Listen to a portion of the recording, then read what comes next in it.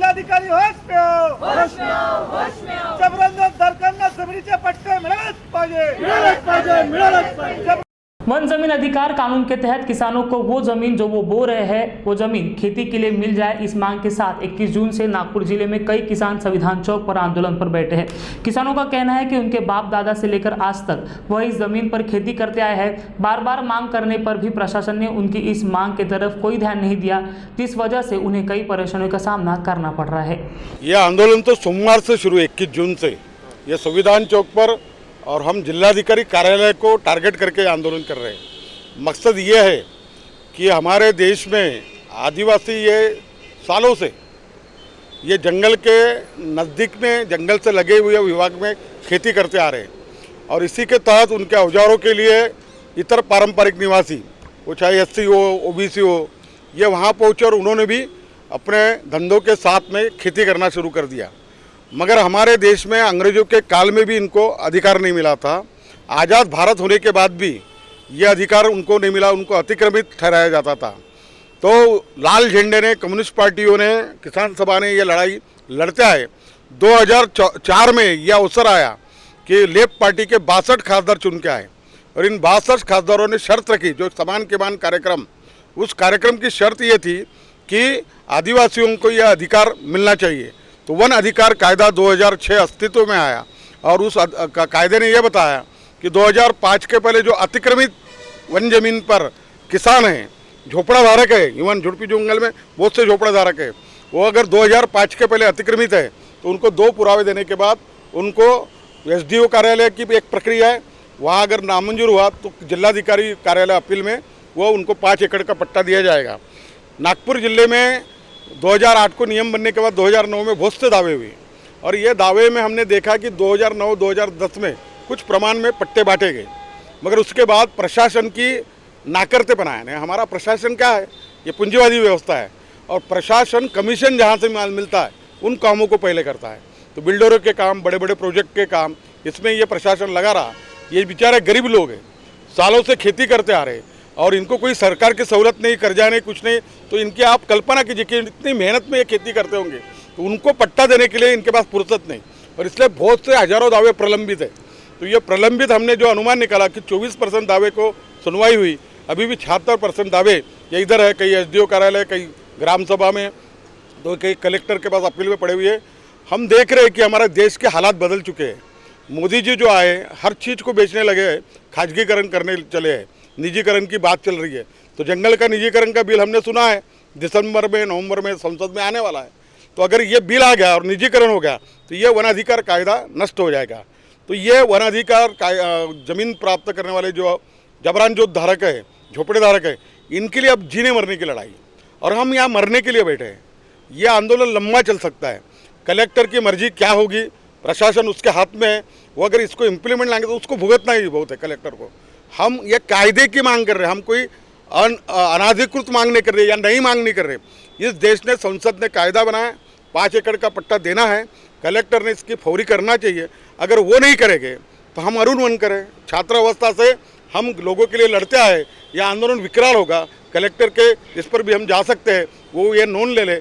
पट्टा जब तक पट्टा नहीं तब तक घर वापसी नहीं, ये हमारा आंदोलन का उद्देश्य है।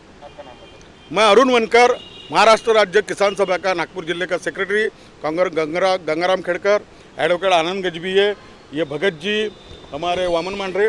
वन पट्टा कानून के लिए आज संविधान चौक पर किसान आंदोलन कर रहे हैं। इनके आंदोलन का क्या कारण है, हम आज जानना चाहेंगे। मुझे बताइए, सभी किसान आज आंदोलन कर रहे हैं, क्या कारण है इसका? इसका कारण ये है कि 2008 और 6 में जो कानून बना था, तब से हम वो अतिक्रमण के लिए अपना ज़मीन का पट्टा मिलना चाहिए, इसके लिए दौड़ धूप कर रहे हैं। कभी तहसीलदार के पास, कभी पटवारी के पास, तो कभी कलेक्टर के पास, लेकिन अभी तक हमको पट्टा मिला नहीं।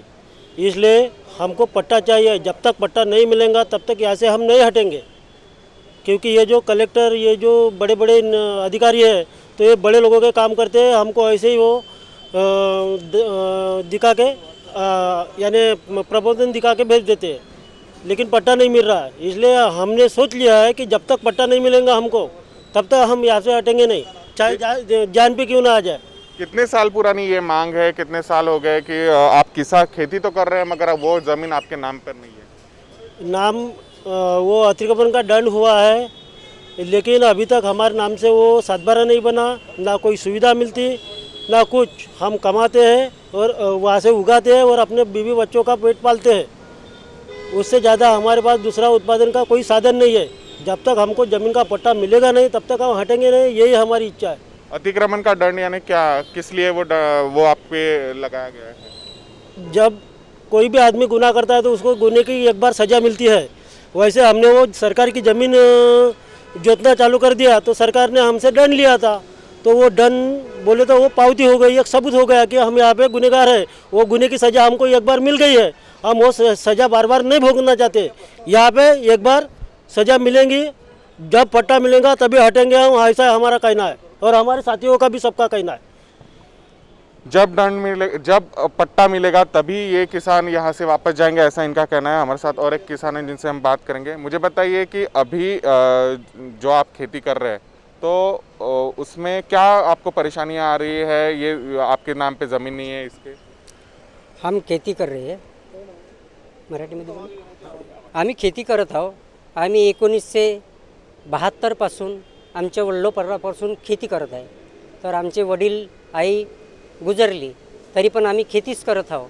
तर यावर्षी अशी अडचण आली की फॉरेस्टवाल्यांनी नाल्या केल्या आमच्या शेतामध्ये आणि लागवडीसाठी मनाई केली, पण ती आम्ही हटवून सनेनी पराठी लावून केली तिथे आणि आम्ही आपले मुलं बाळ पालनपोषण करत आहोत. आमचे मुलं आता रूम करून असं करून तसं करून शिकत होते. आजपर्यंत त्या कोविडच्या काळामध्ये आता आमचे मुलं घरी आहे, खाली बसले आहे. आम्ही मजुरी पाणी करत जातो ना, मुलांना जीव घालत जातो. खेती तुम आप लोगों के नाम पर नहीं है, ऐसे में अगर आपको कर्जे की ज़रूरत पड़ती है तो फिर क्या करते हो? कर्ज नहीं लेते, कर्ज मिलता नहीं. सरकारी शासन की जगह है, वहाँ पे अकेले आदमी को कर्जा नहीं मिल रहा है. वहाँ पे भी आपको दिक्कत ही जाती है? हाँ, दिक्कतें जा रही है, उसमें दिक्कत जा रही है. क्योंकि और अभी क्या है, वो मोदी जी का सपाटा चल रहा है देश के अंदर में सब कुछ बेचने का. कल जंगल बेच दिया तो हमारे कायदा वायदा सब लंबा हो जाएगा, हम पूरे रास्ते पे आ जाएंगे. ऐसे रास्ते पे मरने से कहीं अच्छा है कि हम यहाँ आके मरे. यही हमारा कहना है और यही संदेश है.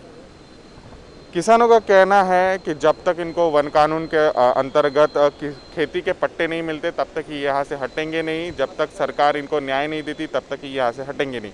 कैमरा पर्सन दिनेश के साथ मैं प्रकाश शुक्ला और महाराष्ट्र टीवी 24 नागपुर.